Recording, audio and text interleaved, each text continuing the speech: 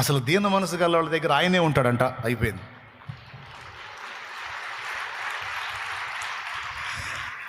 ఇంకేం కావాలి చెప్పు, ఆయన ఉంటానన్నాడు.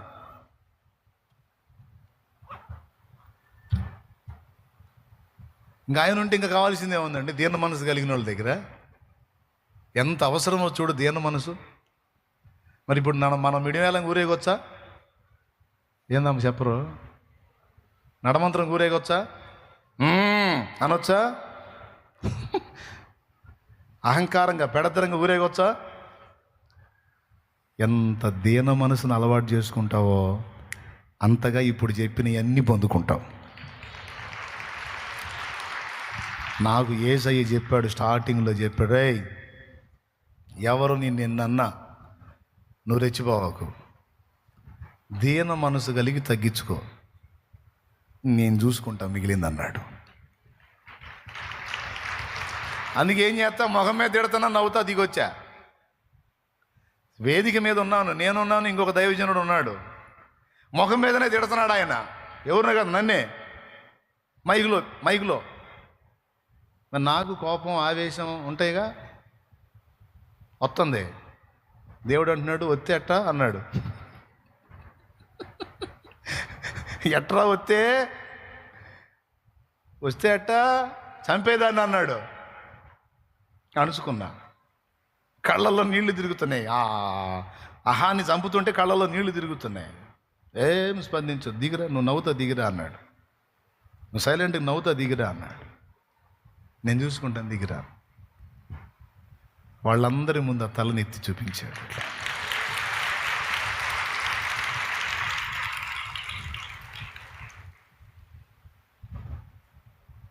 చాలా చోట్ల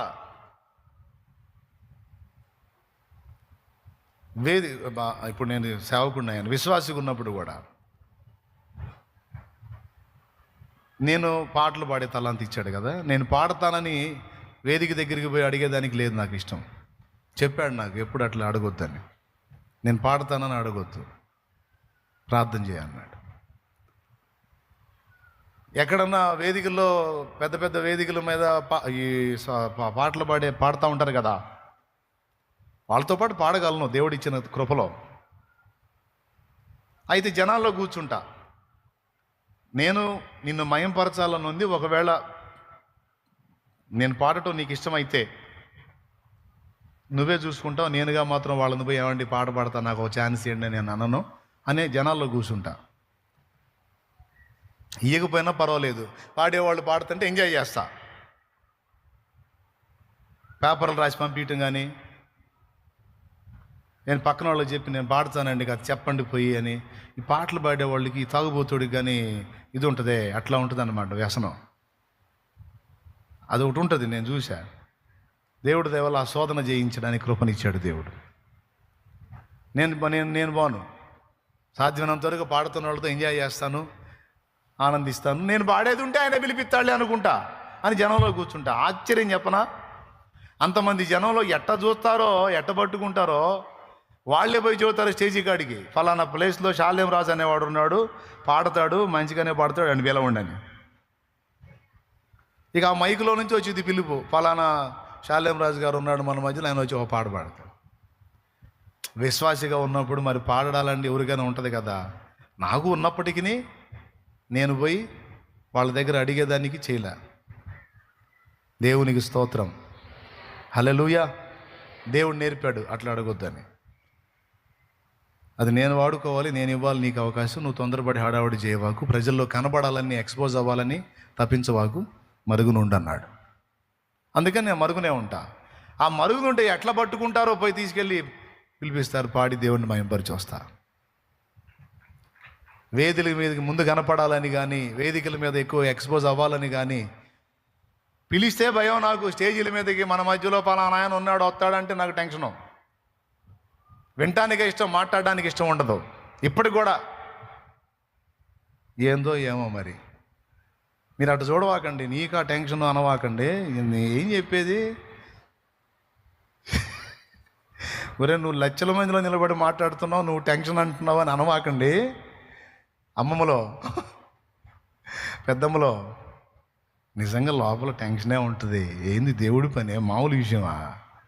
బలిపీఠం ఎక్కాలంటే టెన్షన్ కాదు. ఏం అర్హత ఉంది మనకి? కృప కాదు, ఆయన కృప, ఆయన దయ. వినటానికి ఇష్టపడతా ఇప్పుడు కూడా. చెప్పాలంటే బాధ, వినటం అంటే బాగా ఇష్టం. గంటలు వినమన్నా ఇంట. 4 గంటల ప్రసంగాలు కూడా విన్నోండి నేను. 4 గంటల ప్రసంగాలు పెద్దోళ్ళు ముసలోళ్ళు చెబుతుంటే 4 గంటలు కూర్చొని రాసుకుంటా. ఇష్టం వింటాం. మరి బాగా విన్నోడే బాగా చెప్పగలుగుతాడు. వినటానికి నిద్రమోహం వేసుకొని ఇడు దిగుతా ఇడు సరిగ్గా వినకపోతే ఏం చెబుతారు? ఏంది వినటం నేర్చుకోవద్దు. స్తోత్రం చెప్పండి గట్టిగా. దీన మనస్సు కలిగి మనం ఉంటే అన్ని పనులు ఆయన చూసుకుంటాడండి. మనం ఎంత దీనులమే తగ్గించుకుంటామో అంత నచ్చుతాం ఆయనకి, నచ్చుతాం. మనం దీనత్వం చూపే కొద్దీ ఆయనకి కోపం వస్తుంటుంది. రావాల్సిందే ఆయనకి, మనకు కాదు. మనం దీనత్వంతో తగ్గించుకునే కొద్దీ ఆయనకి కోపం రేగిద్ది. అప్పుడు ఆయన పంతం పడతాడు. ఆయన పంతం పట్టాడంటే ఇంకా మన రొట్టె విరిగి అంతే. దేవునికి స్తోత్రం కలుగును కానీ. ఇంకా చెప్పాలంటే దీనుల దగ్గర ఉండటానికి ఇష్టపడతాడు. ఇంకా ఏం కావాలండి? ఆయనే మన దగ్గర ఉంటానంటే ఇన్ని సౌకర్యాలు ఉన్న ఆ దీన మనసు యేసయ్యలో ఉందట. మనం యేసును నేర్చుకోవాలి అన్నాను కదా. ఆ యేసులో మొట్టమొదటిది ఒక్కటి చెప్పి, ఆ దీన మనస్సు. తండ్రి యేసయ్య దగ్గరే ఉన్నాడు. నేనును నా తండ్రియు వేరుగా లేము, నేను నా తండ్రి కలిసే ఉన్నాము అన్నాడు. మరి యేసయ్య దీన మనసుడు, యేసయ్య దగ్గర తండ్రి ఉన్నాడు. మనం కూడా దీన మనసును సాధన చేస్తే దేవుడు ఎక్కడో కాదు, మనం ఎక్కడుంటే అక్కడే ఉంటాడు. మనం దీన మనసు గలవారమై ఏ ఇంట అడుగు పెడితే ఆ ఇంట దేవుని సన్నిధి వచ్చిద్దే. మనం దీన మనస్సు గలవారమై ఏ వ్యక్తిని మనం స్పర్శిస్తామో ఆ వ్యక్తిని దేవుడు తాకుతాడు. ఎంత ఇంపార్టెంట్ అది దీన మనసు. సాధన చేయాలా వద్దా? చెప్పా నా ధర్మంగా, నీ ఇష్టం. నేను కూడా అదే పోరాడుతున్నా, ఇప్పటికి కూడా సాధన చేస్తున్నా. అహంకారంగా గైగైలాడటం నాకు ఇష్టం ఉండదు. నీకే స్తోత్రం ప్రభా, దీన మనసు కలిగి తగ్గించుకోవటమే నాకు ఇష్టం.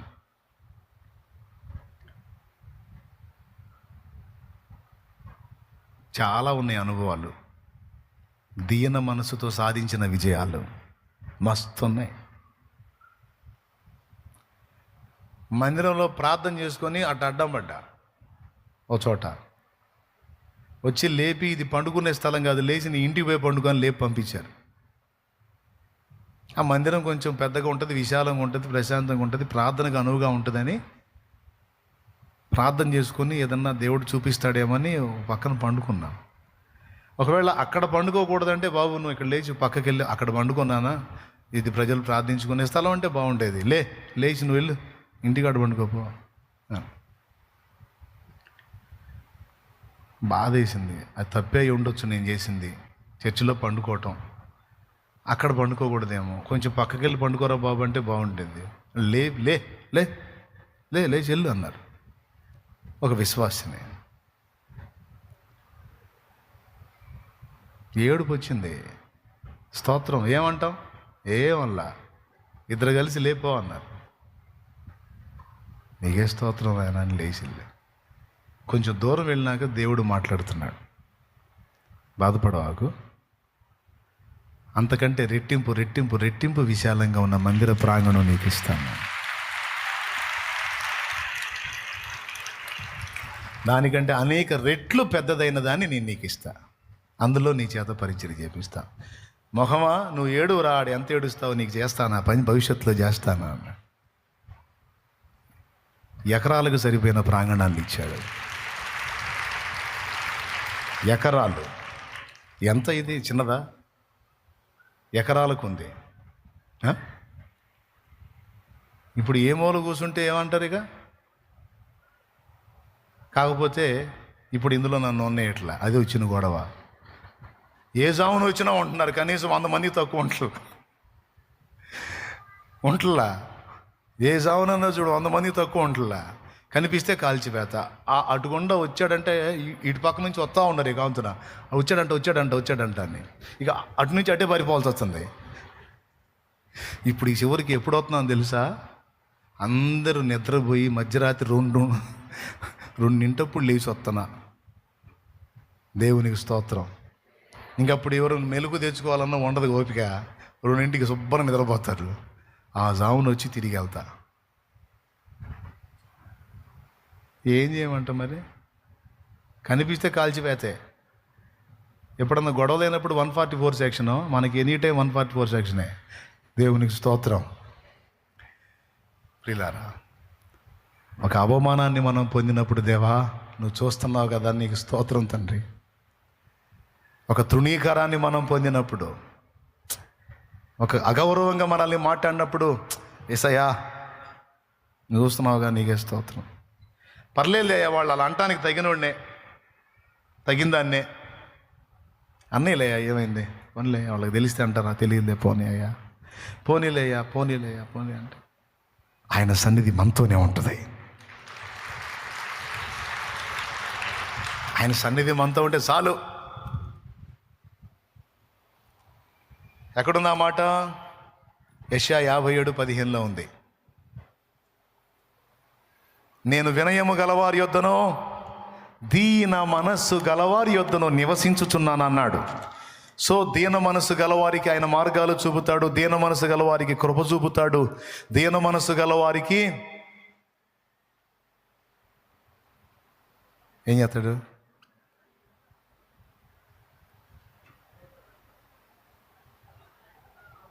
పరలోక రాజ్య నిర్మాణంలో భాగం ఇస్తాడు, పరలోక రాజ్యంలో స్థలం ఇస్తాడు.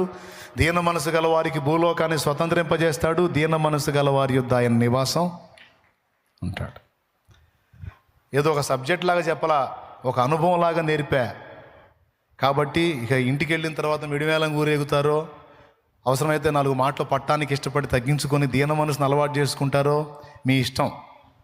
కొంతమందికి ఓ డైలాగ్ వింటా నేను ఎప్పుడు, ఇగో బ్రదరు నాకు మాట పట్టడం ఇష్టం ఉండదు అంటారు. అది ఏసై కంటే మొనగాడు. మాట పట్టడం ఇష్టం ఉండదు నాకు, నేను మాట పన్ను నేను మొనగాడు, ప్రభు కంటే మొనగాడు. అరే ఏ పాపం లేనివాడే వచ్చి అన్ని బూతులు తిట్టించుకుంటే లేదు, కానీ ఈ మొనగాడికి మొనగాతే మాట పడతాం ఇష్టం ఉంటుందంట. ఎంత అహంకారం! అవసరమైతే దేవుని నామం కోసం మాటపడాలి, తిట్లు తినాలి, దూషణ పొందాలి, అవమానాలు పొందాలి, సిద్ధపడాలి. అదిగా నువ్వు సాధన చేస్తే దేవుడు నీతోనే ఉంటాడు. వినయము గలవారి యొద్దను దీన మనసు గలవారి యొద్ద నేను నివసిస్తున్నాను. ఒక మంచి లక్షణం ఈరోజు యేసయ్యలో నుంచి మనం నేర్చుకున్నాం. నా ప్రభు దీనుడు, నా ప్రభు సాత్వికుడు, నా ప్రభులాగే నేను ఉండాలి అని నువ్వు అనుకో. లే సాలిగా లే, పైకి లే. చెప్పిన విషయాలు ఎంతమందికి అర్థమైనాయి చెప్పు. అహంకారం గల మనసా, దీన మనసా? మాటకు మాట బదిలిచ్చే మనసా, మాట పడే మనసా? ఆ దీన మనసును సాధన చేసిన వాళ్ళ దగ్గర ఎవరుంటారో, ఆయన మార్గాలు ఎవరికి చెప్తాడో, ఆయన కృప ఎవరికి ఇస్తాడో, భూలోకాన్ని ఎవరికి స్వతంత్రింపజేస్తాడో, పరలోక రాజ్యాన్ని కట్టేవాడెవడో, పరలోక రాజ్యములో భాగస్థుడెవడో, దీన మనస్సు గలవాడు. నా తండ్రి మనందరికీ దీన మనసును అనుగ్రహించుగాక, సాత్వికమైన మనసును అనుగ్రహించుగాక, విరిగి నలిగిన హృదయాన్ని ఇచ్చుగాక.